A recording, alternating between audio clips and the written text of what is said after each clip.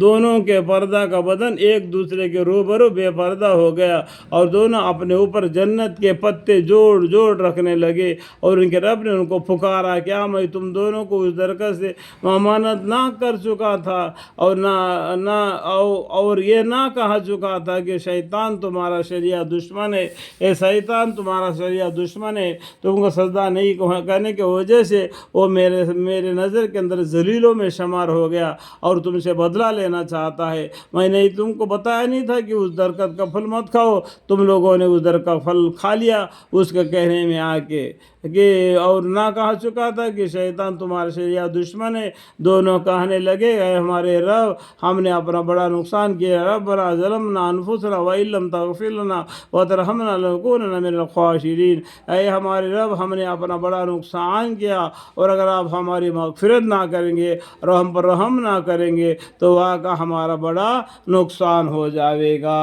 اس طریقے سے اللہ کے سامنے گڑ گڑا کر رو رو کر دعا مانگنے لگے، کیونکہ ان لوگوں نے جانا ہم سے غلطی ہوگی، اور اس غلطی کو معاف کرنے والا کون ہے؟ ہمیں جس نے پیدا کیا۔ ہم کو کس نے پیدا کیا؟ اللہ نے پیدا کیا، تو اللہ ہی ہمارا غلطی کو معاف کرے گا بول کے آدم علیہ السلام دادی ماں حوا نے اللہ سے مغفرت کی دعا مانگی، ربنا ظلمنا انفسنا وان لم تغفر لنا وترحمنا لنکونن من الخاسرین۔ حق تعالیٰ نے فرمایا کہ نیچے ایسی حالت میں جاؤ کہ تم باہم بازی دوسرے بازوں کے دشمن رہو گے، اور تمہارا واسطے زمین میں رہنے کی جگہ ہے، زمین پہ رہنے کی جگہ ہے، اور نفع حاصل کرنا ایک وقت تک، اور فرمایا کہ تم وہی زندگی بسر کرنا ہے، یعنی دنیا میں زندگی بسر کرنا ہے اور وہی مرنا ہے، دنیا میں جینا ہے اور وہی مرنا ہے۔ منا خلقناکم وفیہا نعیدکم ومنہا نخرجکم تارۃ اخری،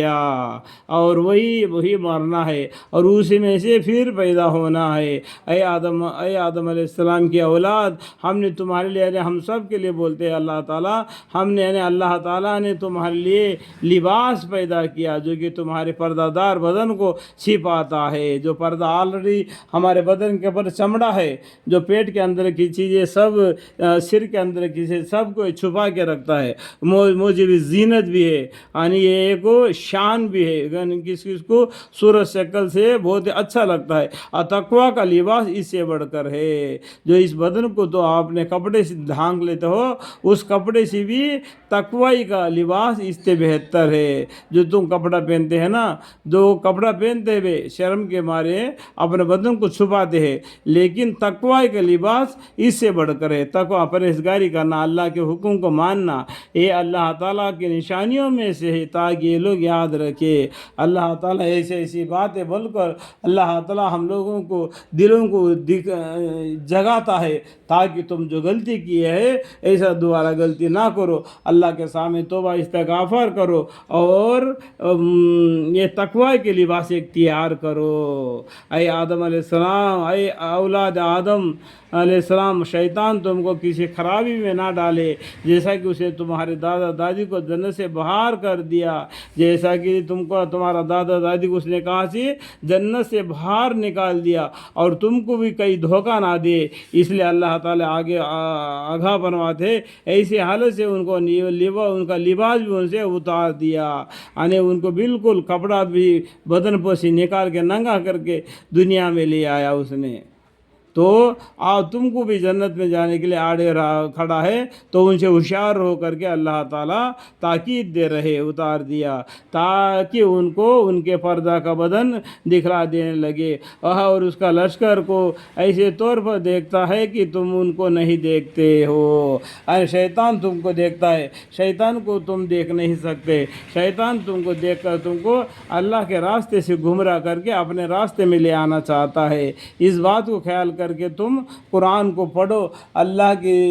وحدانیت کو پڑھو، تو اسے تمہارا دل تر و تازہ ہو جائے گا، اور شیطان کے قدم با قدم نہیں چلے گا۔ ہم شیطانوں کو انہی لوگوں کو رفیق ہونے دیتے ہیں جو ایمان نہیں لاتے، جو ایک اللہ پر ایمان نہیں لاتا، بہتوں کو اللہ کر کے ہر وقت کرے 360 بھوتوں کو اللہ کر کے عبادت کرتا ہے، انہی لوگوں پر شیطان مسلط ہوتا ہے۔ اور وہ لوگ جب کوئی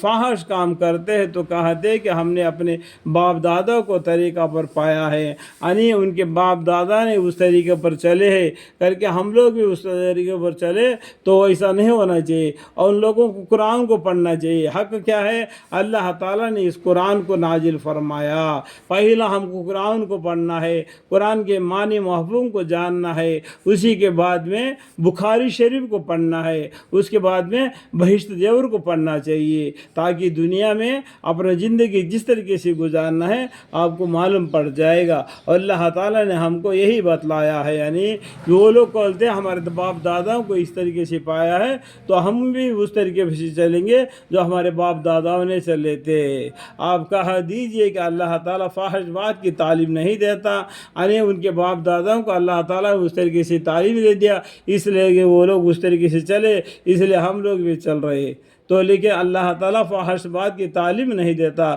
غلط بات اللہ تعالیٰ کبھی بھی نہیں کسی کو بتاتے۔ ان کے پیغمبروں نے بول دیا، کیا خدا کے ذمہ ایسے بات لگاتے ہو جس کے تم سند نہیں رکھتے؟ خدا تعالیٰ کے ذمہ ایسے بات لگاتے ہو جس کے تم سند نہیں رکھتے؟